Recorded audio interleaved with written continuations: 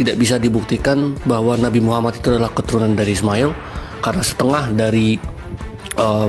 dari silsilah itu ada yang mitos, yaitu dibuat-buat, dan dari Ismail sampai ke Adam itu diambil dari Taurat.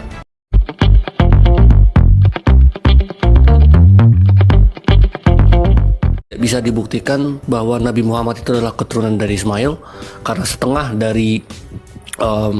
dari silsilah itu ada yang mitos, yaitu dibuat-buat. Mau ikut-ikutan sunat pun mereka nggak akan ngerti esensi. Betul sekali, pasti.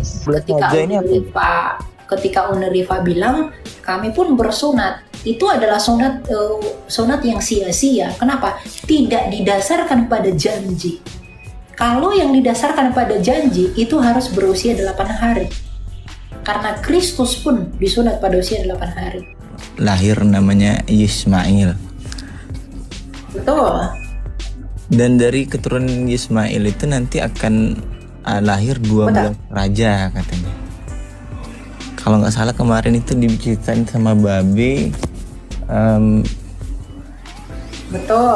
Di kejadian 7. Iya. Saya nama-namanya ini loh Kak. Kalau di literasi saya yang dulu nggak ketemu sih gitu.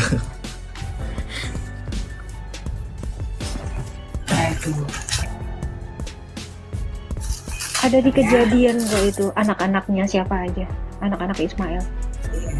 Kejadian 23. Kejadian 17 gitu. Kejadian 17 ayat 20 dikatakan begini. Tentang Ismail, aku telah mendengarkan permintaanmu. Aku memberkatinya, membuatnya beranak cucu dan sangat banyak. Baginya dilahirkan 12 raja, dan aku akan membuatnya menjadi bangsa yang besar. Namun perjanjianku akan kutetapkan dengan Ishak yang akan dilahirkan Sarah bagimu tahun depan pada waktu seperti ini. Kalau turunannya itu ada di kejadian 23 deh kalau nggak salah ini. Nama-nama anak-anaknya Ismail ada. Ada antara 20 berapa gitu, 23. 21 atau 23 gitu.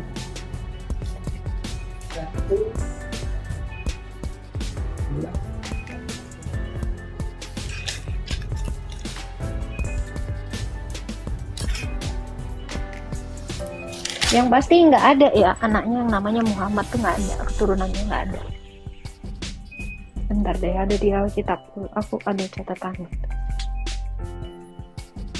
Emang kenapa Pak mau cari tahu itu Pak, keturunan dari Ismail? Karena kan teman-teman, ya mohon maaf sebelumnya kayak teman-teman Islam terkadang kan sering mengklaim bahwasannya Ismail ini katanya dari keturunan. Ismail bukan nabi Pak, Ismail juga bukan nabi. Iya, maksudnya cuman apa Kak namanya Kak, compare. Kejadian 25 Elia ayat 12. Iya.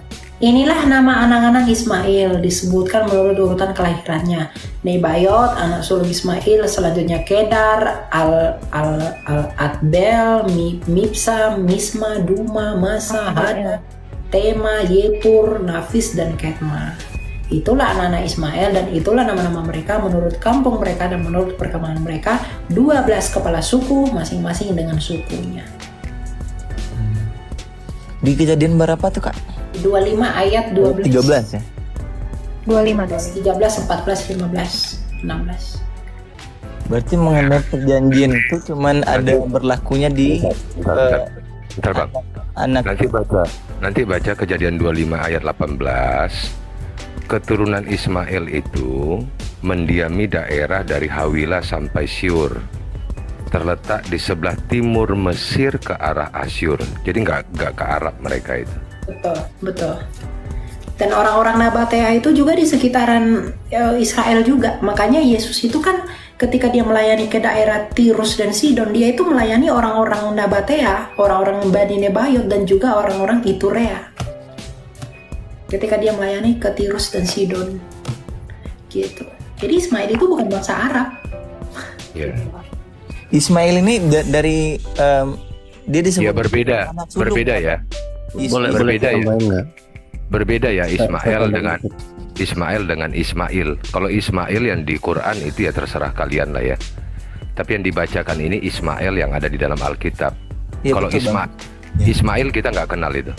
Ya. Oh ya, betul, beda sekali. Kenapa? Beda. Karena bapaknya Ismail yang di Alkitab itu Abraham, dan Abraham ini anak dari Terah, bukan Asar. Nah, beda. Beda. Kakeknya itu beda, udahan. Betul, beda. Jadi yang menyamakan tolonglah jangan ya. Ayahnya Abraham dalam kekristenan dan keyahudian adalah Terah. Kalau di yang lain siapa kata? Asher. Asar. Nah, beda orang. Jadi udah nggak sama ya. Saya boleh nambahin dikit nggak? Kalau memang teman-teman Muslim masih mau maksa ya, ada salah satu scholar Islam namanya Yasir Qadhi. Teman-teman boleh cari sendiri, VT-nya bertebaran. Ada lecture panjangnya. Dia mengatakan bahwa keturunan silsilah yang sekarang ada di website atau teman-teman lihat dari Nabi Muhammad kepada Ismail itu setengah mitos, setengah fakta. Yang setengahnya yang sampai ke Ismail itu mitos, itu dibuat-buat. Nah, sementara yang dari Ismail sampai ke Adam itu diambil dari Tauratnya orang Kristen atau Tauratnya orang Yahudi. Jadi itu ada 3 sumber. Yang pertama, tidak bisa dibuktikan bahwa Nabi Muhammad itu adalah keturunan dari Ismail karena setengah dari silsilah itu ada yang mitos, yaitu dibuat-buat, dan dari Ismail sampai ke Adam itu diambil dari Taurat. Demikian, silakan. Tapi dari kekristenan, betulkah Ibrahim ini atau Avram ini dari Mesopotamia? Atau Ibrahim dan Abraham itu pun Tanakh. tidak sama. Dia dari maksudnya- Ur-Kasdim, dari Ur Kasdim. tanah Ur-Kasdim. Ur Kasdim itu kota Kasdim namanya. Ur itu kan kota, sama seperti Ursalim. Itu kota Syalim, kota Yerusalem. Ur Kasdim itu kota Kasdim. Jadi dia dari kota Kasdim. berarti Ibrahim ini dari kota Kasdim ya, Kak? Kasdim. Abraham. Iya, memang itu meliputi Abraham. daerah Mesopotamia, makanya dia dikatakan orang Mesopotamia. Abraham bukan Ibrahim ya, beda. Iya. Ibrahim dengan Abraham beda. Bagaimana dengan hukum Hammurabi, Bang? Itu hukum apa tuh sebenarnya itu, Bang? Hammurabi. Iya.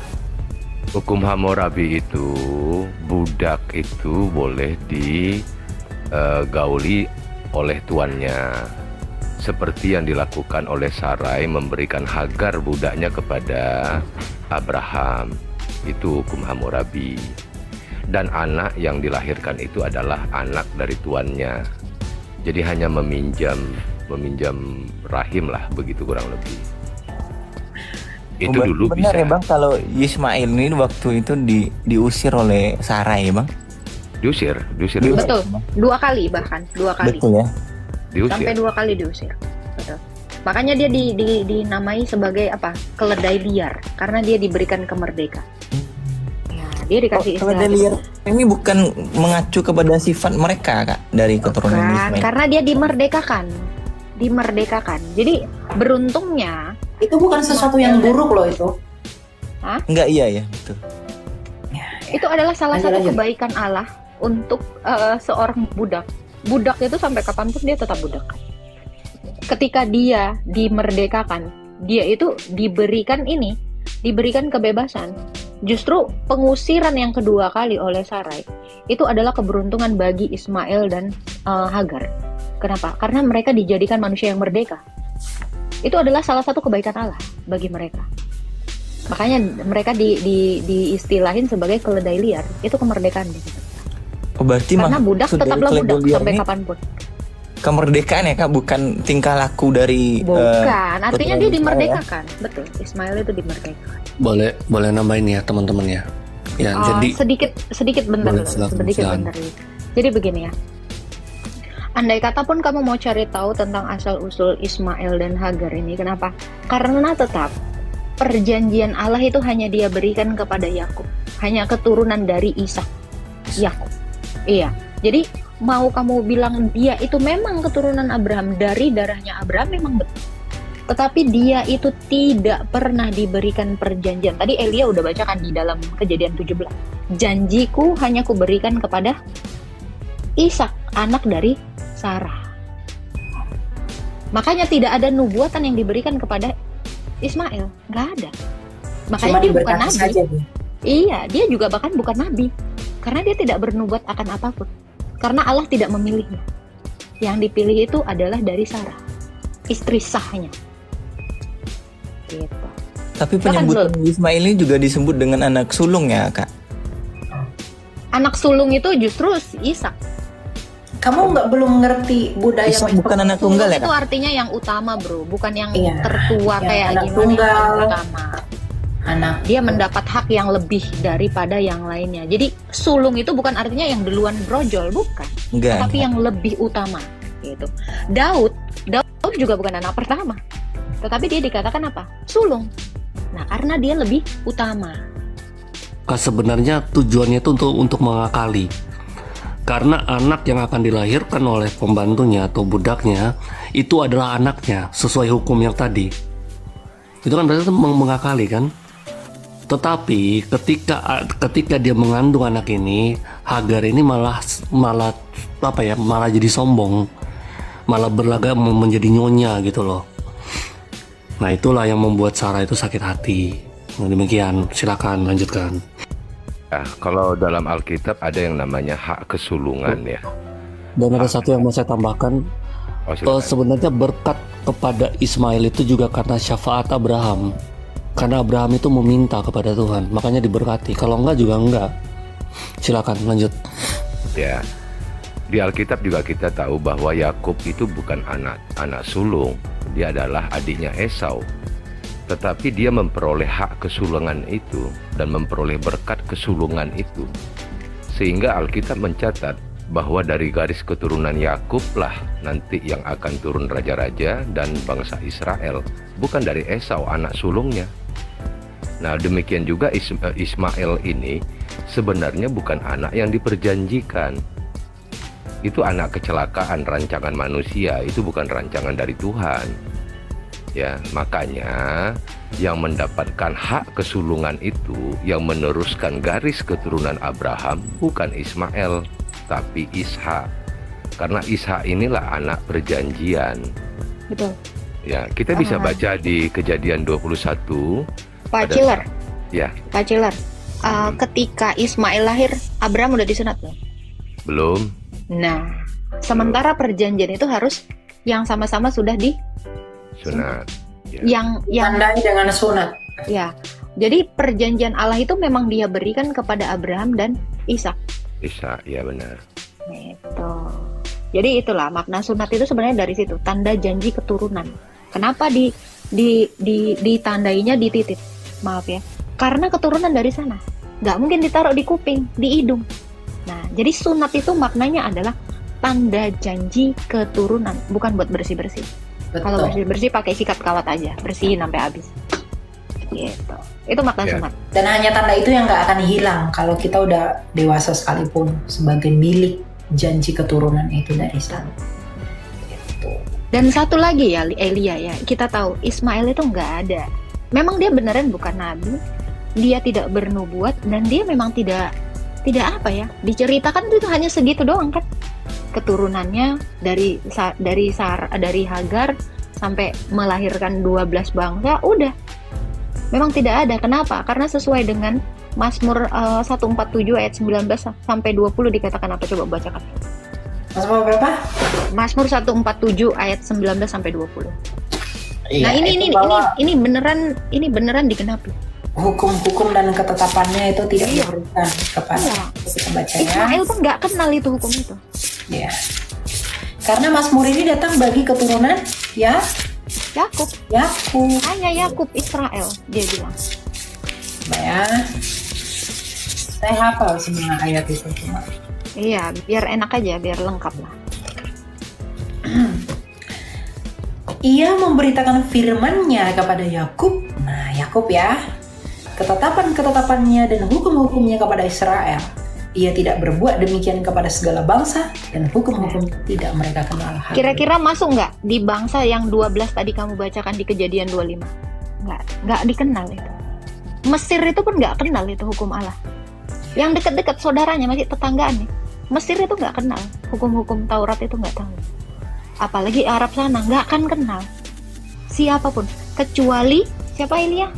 Yakub dan Israel yang adalah keturunan Yakub. Nah, itu Di luar dari Israel nggak ada yang kenal itu. Mau ikut-ikutan sunat pun mereka nggak akan ngerti esensi itu. Betul sekali, pasti. That's it. Berarti Makanya makna kemarin dari ketika 12 raja ini apa? Uneriva bilang kami pun bersunat, itu adalah sunat yang sia-sia. Kenapa? Tidak didasarkan pada janji. Kalau yang didasarkan pada janji itu harus berusia 8 hari. Karena Kristus pun disunat pada usia 8 hari. Karena di luar bangsa Israel pun ada kok bangsa-bangsa lain yang bersunat. Tapi kan tidak mengikuti peraturan Taurat. Dan tahu nggak Elia? Ya. Itu mau pas sunat umur 8 hari, jatuh hari Sabat, itu imam-imam di Bait Allah itu tetap menyunat loh. Karena itu janji Allah. Kan pernah ada perdebatan Yesus dengan ahli-ahli Taurat, dikatakan, kau juga menyunat orang kok di hari Minggu? Karena memang itu ketetapannya itu harus berumur 8 hari. Janjinya itu. Jadi kalau yang ada habis akil balik, ada yang umur 80 tahun pakai kapak, nah itu nggak berlaku. Itu bukan janji Allah itu. Sunat ya karena pengen sunat aja. Itu bukan karena janji Allah. Jadi sunat itu adalah suatu satu upacara lah ya. Bukan kayak sunat di mantri sunat atau sunat laser gitu kan. Pokoknya Janji. sunat itu adalah tanda bahwa adanya janji. Janji keturunan. Janji keturunan, ya. Tanda adanya janji kepada siapa? Kepada Abraham melalui siapa? Yakub. Dan itu diberikan kepada bangsa Israel.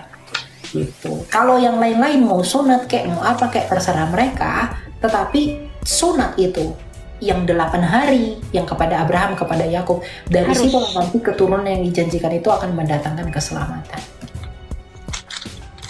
Gitu. Jadi berbeda, bro. Jadi kalaupun teman-teman yang lain bilang kami juga bersunat, kami setia pada hukum Abraham, tidak. Bagi iman kami tidak setia sama sekali.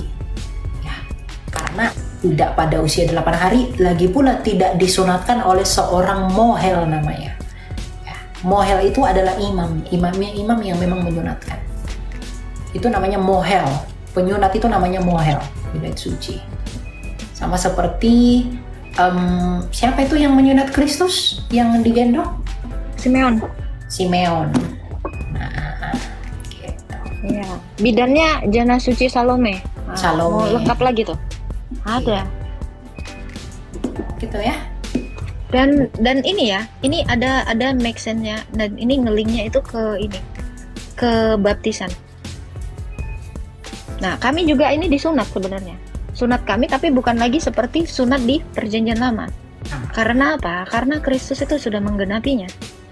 Jadi kita itu bukan nggak disunat loh. Kita disunat, tetapi dengan baptisan. Sunat Kristus. Tambahan mungkin ya. Dan tambahan. kami ya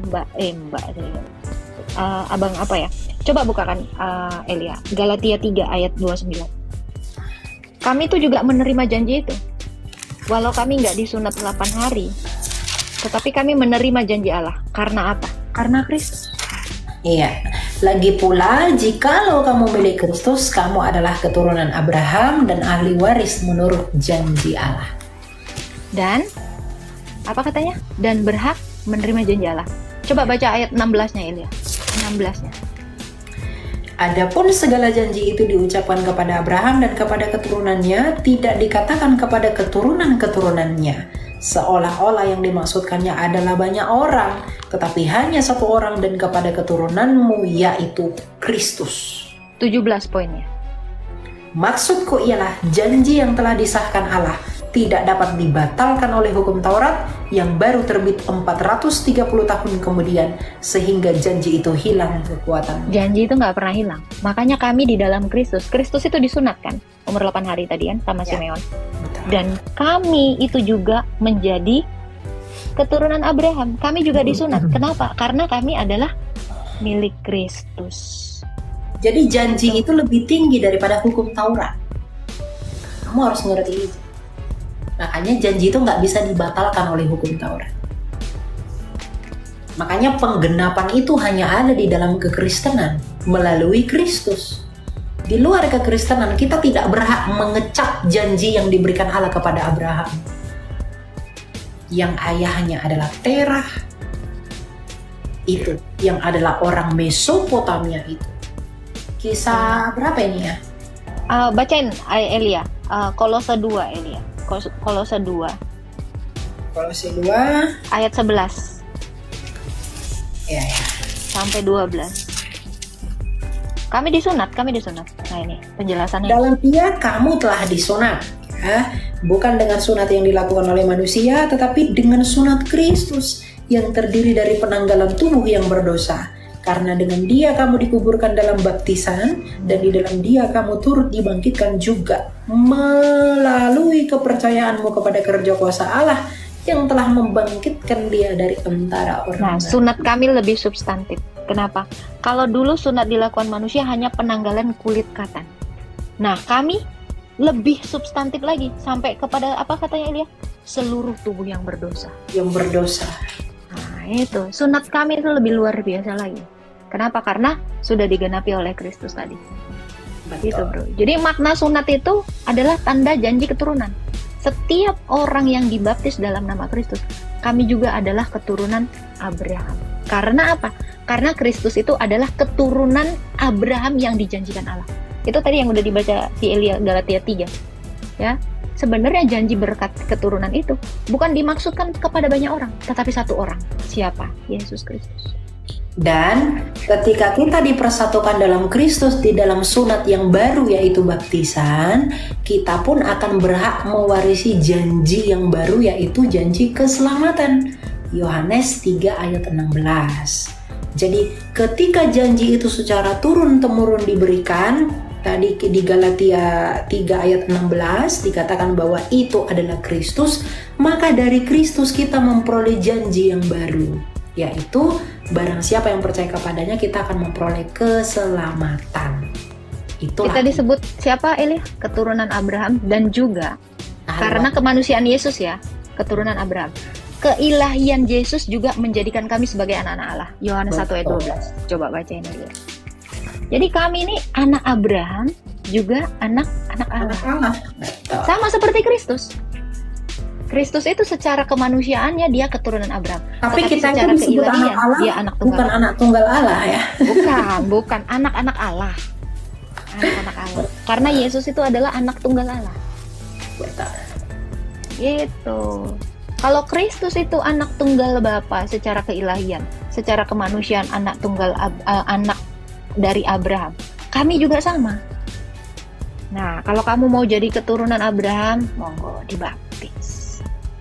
Ya, Dan tambahan sedikit boleh ya, Elia ya, Agatha ya. Jadi dalam hal sunat ini juga ini menunjukkan perbedaan antara Abraham dan Ibrahim. Di Kejadian 17 ayat 24 dijelaskan bahwa Abraham berumur 99 tahun ketika kulit khitannya dipotong. Sementara dalam hadis Ibrahim itu disunat umur 80 tahun menggunakan kampak. Jadi berbeda. Nggak mungkin itu orang yang sama. Karena nggak mungkin disunat 2 kali. Ibrahim itu umur 80 tahun menggunakan kampak, sedangkan Abraham itu umur 99 tahun, dan itu tertulis di Alkitab. Jadi memang biarlah Abraham dan Ibrahim ini menjadi 2 sosok yang berbeda, jangan disama-samakan. Saudara-saudara kita yang di Muslim, silakan mengimani Ibrahim, kita nggak ada masalah kok. Tapi jangan disama-samakan, itu aja. Yang di bawah bilang begini, kami pengikut Kristus walaupun berbeda agama. Kamu tidak pengikut Kristus selama kamu menyangkal dia sebagai anak Allah dan adalah Allah. Kamu tidak mengikuti. Perintah Kristus itu adalah, Yesus bilang di dalam Matius 28 ayat 20, dan ajarlah mereka. Baptis dulu. Iya, kamu harus baptis dulu, baru kamu katakan kamu pengikut Kristus. Karena ajarlah mereka melakukan segala sesuatu yang kuperintahkan kepadamu. Apa yang diperintahkan Kristus kepada kita? Percaya kepadaku. Kalau percaya kepada Dia artinya melakukan apa yang Dia mau. Pertanyaannya, kamu mengaku sebagai pengikut Kristus, tapi tidak memberi dirimu dibaptiskan. Kamu tidak sadar akan apa yang Dia lakukan ketika Ia mati di kayu salib. Nah, Kristus manakah yang kamu imani itu? Mampukah itu menyelamatkanmu sebagaimana yang telah kami sampaikan? Jangan seperti Galatia 1 ayat 8, bahwa yang kamu dengar itu adalah Yesus yang lain, selain daripada yang kami beritakan, yang kami juga teruskan saat ini di dalam pengajaran kita. Jadi kamu perlu Jadi hati-hati. pertanyaannya sebenarnya bukan itu, Elia. Kamu percaya Yesus yang disalib atau yang diserupakan? Nah, itu paling fundamental. Yesus yang mana yang kamu percayai? Kalau yang diserupakan tentu tidak ada keselamatan. Kalau dia diserupakan, ya kami nggak ada yang namanya baptisan, karena arti baptisan itu menyatu dalam kematian dan kebangkitannya. Wong dia belum mati, belum bangkit, apa yang mau disatukan? Berarti kamu tidak percaya kepada Kristus yang adalah Yesus. Ya. Kita ya PB ya, Tuhan berkati PB. Beginilah firman Tuhan, penebusmu, yang maha kudus, Allah Israel. Akulah Tuhan, Allahmu, yang mengajar engkau tentang apa yang memberi faedah, yang menuntun engkau di jalan yang harus kau tempuh. Maka Yesus berkata pula kepada orang banyak, katanya, Akulah terang dunia, barang siapa mengikut aku, ia tidak akan berjalan dalam kegelapan, melainkan ia akan mempunyai terang hidup. Kata Yesus kepadanya, Akulah jalan dan kebenaran dan hidup. Tidak ada seorang pun yang datang kepada Bapa kalau tidak melalui aku. Tuhan Yesus memberkati.